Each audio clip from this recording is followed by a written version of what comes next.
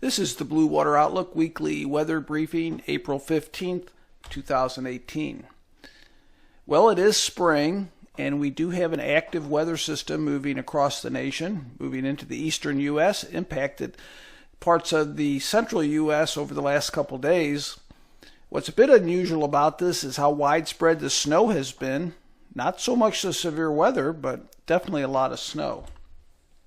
So if we look at the last week here, we see three areas of enhanced precipitation. The first is over the Pacific Northwest, some enhancement of rain and snow at higher elevations.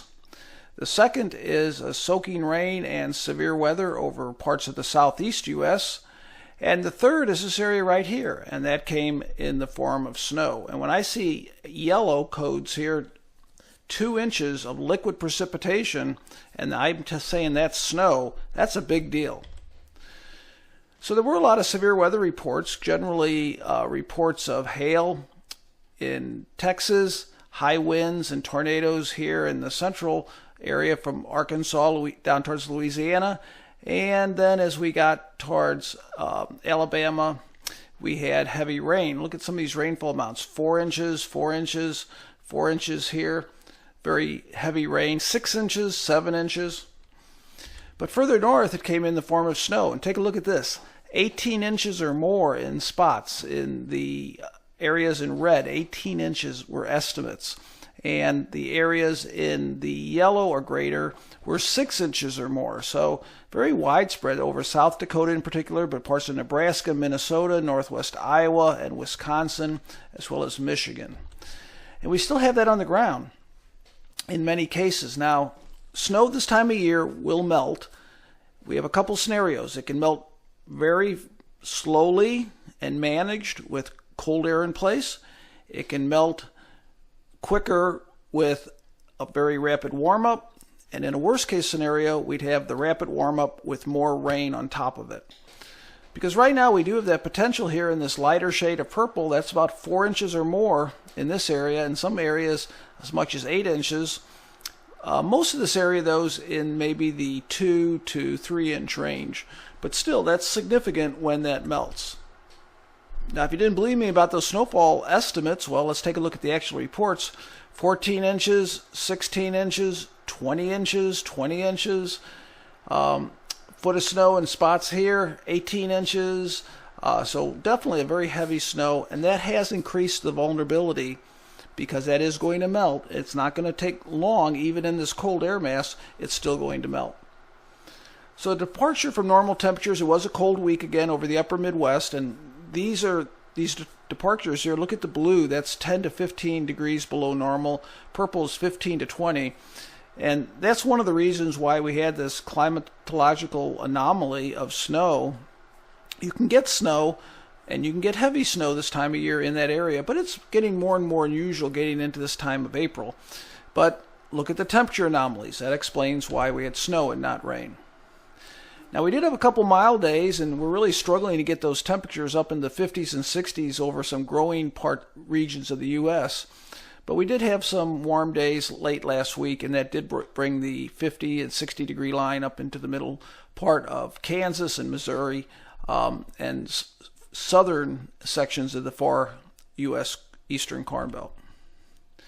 Now, as far as vulnerabilities go, as far as soil moisture, we have some really dry vulnerabilities in the southwest U.S., Kansas, Oklahoma, far western Oklahoma, generally west and south Texas, and those are those anomalies due to the drought that have been around for quite some time.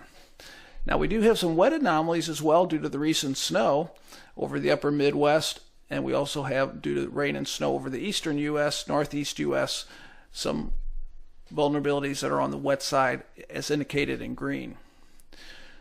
So as you would suspect, stream flow is going to align with those anomalies. So we have very high stream flow in the Pacific Northwest, scattered areas of the Midwest, southeast U.S. where we had the heavy rain around Birmingham, and then we have very low stream flows as indicated in these dots in red, the mid-Atlantic region. Now, many of these spots have reached flood stage. That would be orange is minor, moderate is in red. So there is some flooding.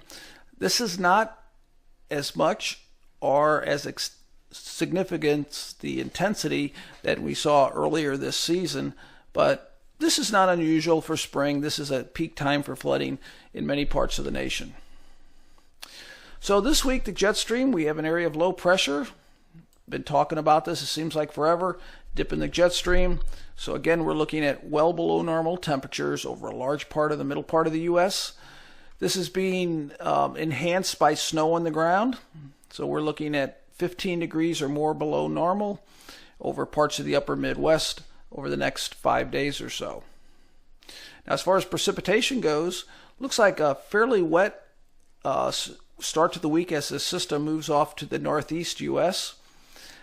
We have another band of snow pushing across the upper Midwest where winter just does not want to end and spring arrive.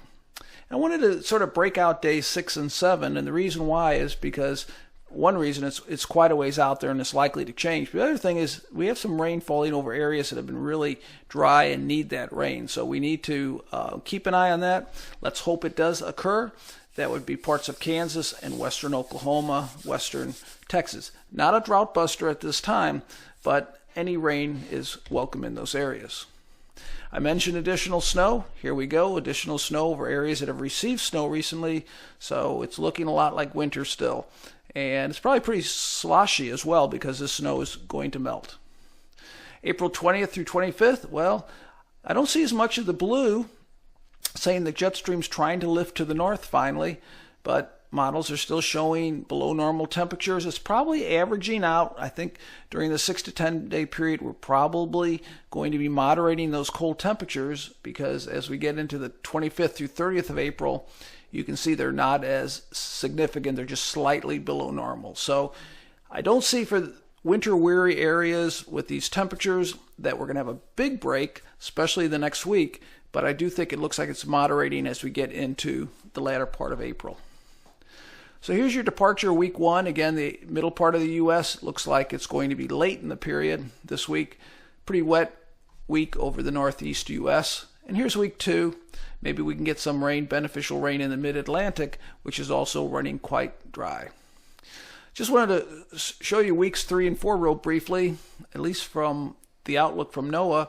Does not look like this pattern is ready to give up yet with below normal temperatures over areas that are already been very cold. There's also going to be a continued wildfire risk over parts of the southwest U.S., especially early this week. And overall, it looks like the patterns that we're going to be looking at, the major alerts are going to be melting snow with a risk of flooding, especially on tributaries, fire danger early this week, and overall, looks like delayed spring over a large part of the middle U.S. That's this week's briefing. Hope you have a good week. Take care.